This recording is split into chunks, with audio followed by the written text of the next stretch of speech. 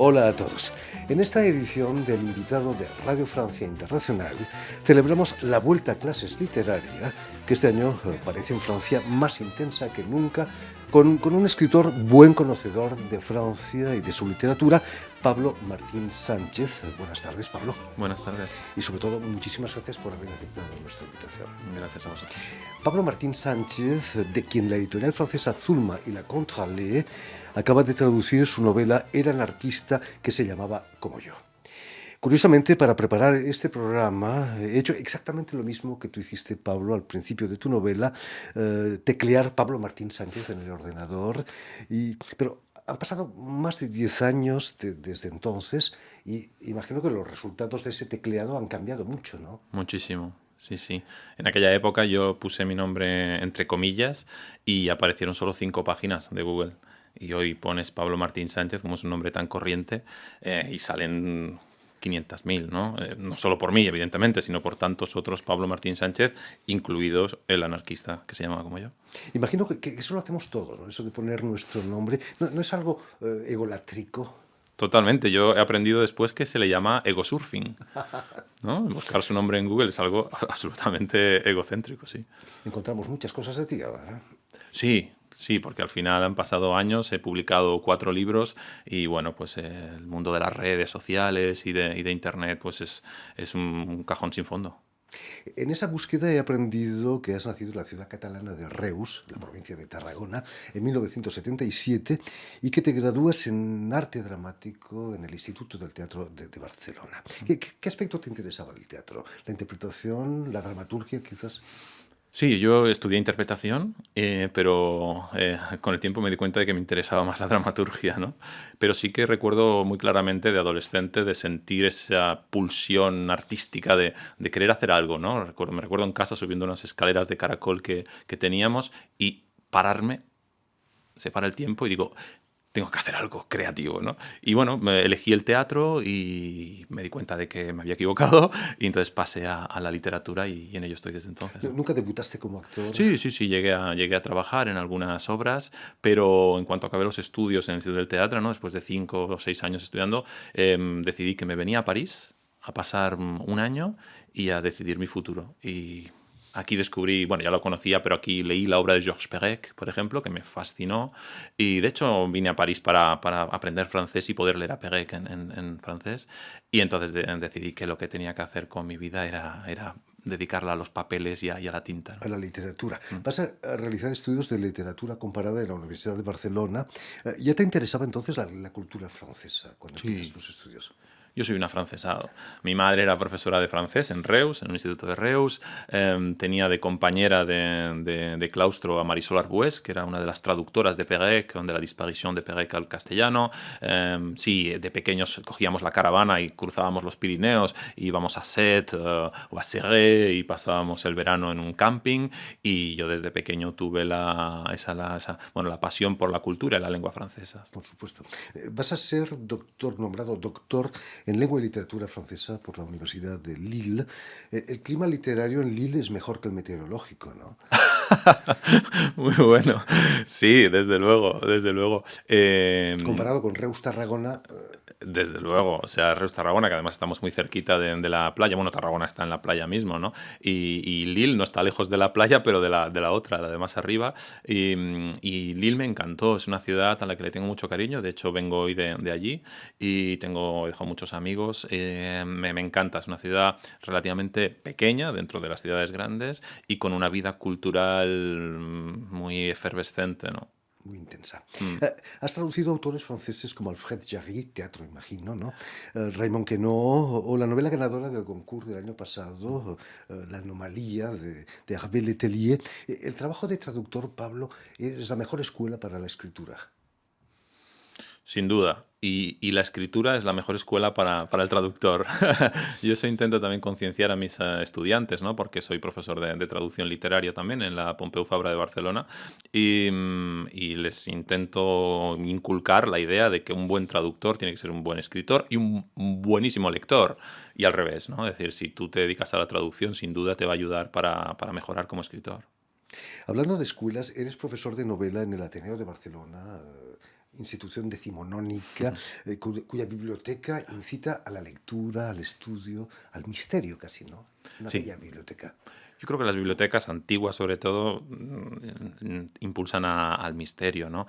No en vano el nombre de la rosa, ¿no? De Humberto Eco también, ¿no? Tiene mucha importancia los libros y tiene algo, una mística, pero la del Ateneu barcelonés es especialmente bonita y atractiva bueno, dar clases en una institución como el Ateneu es un regalo, claro que sí. Y no solo eso, sino que está también situado en un edificio estupendo en el centro de Barcelona, a 20 metros de las Ramblas, y el claustro de profesores de la Escuela de Escritura del Ateneu son la mayoría escritores, obviamente también, traductores, gente de letras, y es un equipo maravilloso. Ateneo de Barcelona que recuerda a los clubs ingleses de Londres, ¿no? Y cuya biblioteca cierra a medianoche, ¿no? ¿Por qué cierran tan temprano las bibliotecas cuando uno lee habitualmente por la noche? Yo creo que en Francia todo cierra demasiado temprano, ¿no? En España o en Cataluña, donde vengo yo, cierra un poco más tarde. Lo hablábamos ayer de las librerías, ¿no? En Francia las librerías cierran y entonces hacen las presentaciones de libros, ¿no? Cierran a las 7 y se hacen las presentaciones. En España no, en España la presentación se hace durante el horario de apertura de la librería y por lo tanto puede haber lectores que no tenían ni idea de que se presentaba un libro, pasan por allí y se quedan, ¿no? No sé, pero sí que hay una librería en la que estuve yo al lado del Café de Flore hace 2 días, en el Boulevard Saint-Germain, que cierra creo a las 12 de la noche, ¿no? Y de hecho creo que eso es algo que debería impulsarse, pero claro, los libreros también necesitan dormir y descansar, ¿no? Además, aquí en Francia has sido miembro del Colegio de Patafísica y del Olipo. Cuéntanos, ¿qué es el Olipo? Pues el Ulipo es el Ouvroir de Literature Potentielle, que es un grupo de escritores, matemáticos, historiadores, lingüistas, etcétera, que fundaron en 1960 nada más y nada menos que Raymond Queneau y François Le Lyonnais.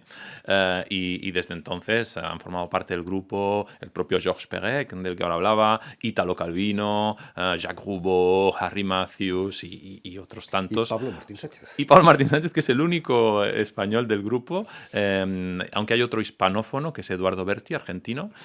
También ha habido algún alemán, como Oscar Pastior, ingleses como Ian Monk, otro americano, como Daniel Levin Baker, italiano Calvino. Es un grupo muy heterogéneo, hombres, mujeres, Michel Audin, Valérie Baudouin, eso, de diferentes edades. Muchos de ellos ya han fallecido, pero siguen siendo invitados a las reuniones, pero excusados por causa de fuerza mayor, porque nos reunimos todos los meses, desde el año 60, una vez al mes. ¿En torno a una cena, quizás? En ¿Una torno a una copa? cena, sí, primero se trabaja, luego se cena, pero se sigue trabajando. ¿Qué conversaciones deben haber en No, esas maravillosas. cenas, A no? veces tenemos invitados de honor. Por ejemplo, invitamos a Vilamatas, Enrique Vilamatas, el gran escritor barcelonés, y estuvo pasando. Eso fue en casa de Harry Matthews, todavía vivo, y se quedó, según me dijo, maravillado de estar durante 4 horas con un grupo de gente solo trabajando con la literatura, ¿no? Enrique Villematas, que es el más parisino de los escritores españoles, ¿no? Seguramente. Volviendo a tu novela Al anarquista, que se llamaba Como yo, la editorial Acantilado la publicaba en 2011, como decíamos. Han pasado muchas cosas, ¿no? En esos 10 años, crisis, pandemias. ¿Te imaginabas entonces cuando la publicaste que estaríamos enmascarados todos? No. No, y es muy curioso porque se produce un efecto que es el que ya pronosticó Borges en Pierre Menard, autor del Quijote, que el mismo texto leído o publicado en épocas distintas dice cosas distintas. Entonces, hay otros libros más evidentes, como mi última novela publicada en España, que sucede en el futuro y ha habido una pandemia, etcétera, pero también en el caso del anarquista que se llamaba Como yo, ahora que estoy haciendo la promoción en Francia, yo la leo de manera distinta en francés, gracias a la maravillosa traducción de Jean-Marie Saint-Leu, y, por ejemplo, me doy cuenta de cosas que no me había dado cuenta hace 10 años. Por ejemplo, que es una novela sobre el doble, sobre un doble mío, sobre otro Pablo Martín Sánchez, como si me estuviese mirando en el espejo. ¿Y por qué yo pienso eso ahora y no hace 10 años? Porque he traducido La Anomalie de Hervé Le Tellier, que es una novela sobre el doble, ¿no? Entonces, claro, yo no soy el mismo. Y por tanto, el lector de 2021 no es el mismo que el lector ni el escritor de 2011 o 2012, ¿no? ¿Quién era este Pablo Martín Sánchez anarquista que está tan lejos históricamente de ti? Pues era un anarquista, una persona de ideas avanzadas, de ideas progresistas, que como tantos otros se vio pues arrastrado por los acontecimientos de la historia y más concretamente en la dictadura de Primo de Rivera, esa dictadura que a lo mejor tenemos algunos un poco más olvidada, ¿no? Porque la dictadura franquista se vino a fagocitarlo todo, pero efectivamente antes en España hubo una dictadura de 7 años con Miguel Primo de Rivera y muchos intelectuales y gente de izquierdas tuvo que exiliarse. Miguel de Unamuno, nada más y Miguel de nada menos, Unamuno, ¿no? Blasco Ibáñez, que vivía aquí en París y se paseaba con su Cadillac, sí, y tantos otros. Y lo curioso del asunto es que se tuvieron que exiliar intelectuales, pero también hombres de acción, como el propio Durruti o Francisco Ascaso, ¿no? Entonces se creó como un caldo de cultivo aquí en París, a partir del año 23, de españoles exiliados que querían cambiar las cosas, ¿no? Y que decidieron coger las armas y cruzar la frontera e intentar derrocar a la dictadura de Primo de Rivera. Era una misión suicida, ¿no? Totalmente. Criticamos ahora a los kamikazes y a los yihadistas que se matan muriendo.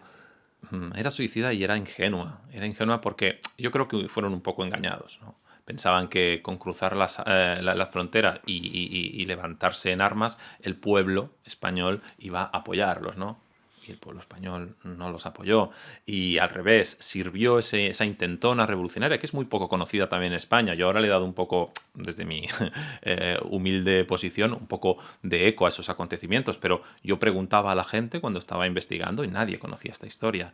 Y bueno, la utilizó el gobierno de Primo de Rivera, el gobierno de la dictadura de Primo de Rivera, para precisamente alargar la dictadura y decir, ojo con la gente de fuera, estos malos españoles que nos quieren derrocar, y al revés, o sea, paradójicamente, esa intentona anarquista revolucionaria reforzó a la dictadura de Primo de Rivera, ¿no? Precisamente en el 1924, tu tocayo, fue ajusticiado por Garrote Vil. Es de una crueldad terrible, ¿no? Aunque dicen que sin sangre.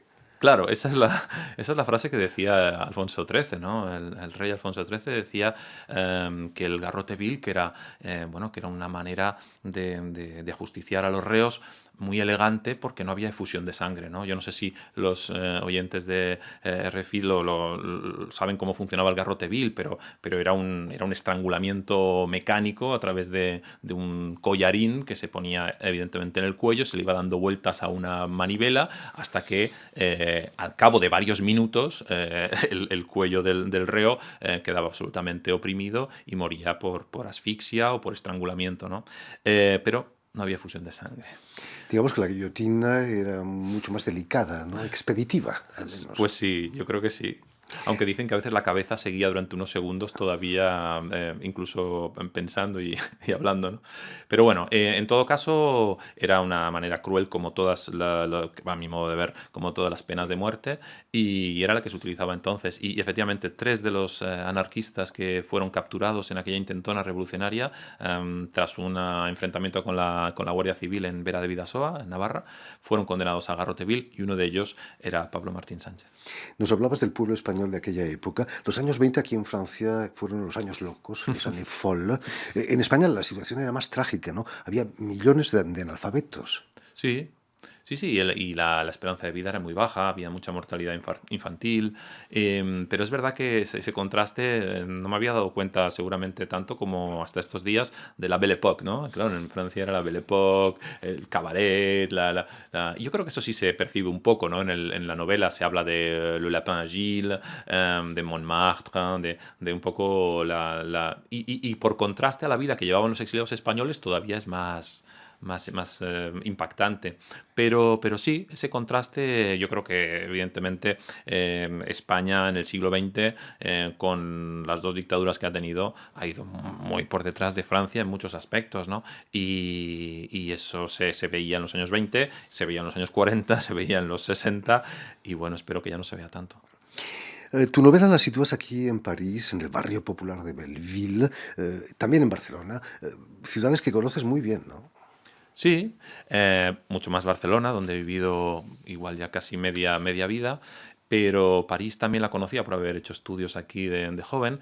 Lo curioso es que como la conocía, yo me lancé a escribir los capítulos que suceden en París sin venir a cotejar y a comprobar y tal. Entonces lo hice a posteriori de haber escrito el texto, no de haberlo publicado.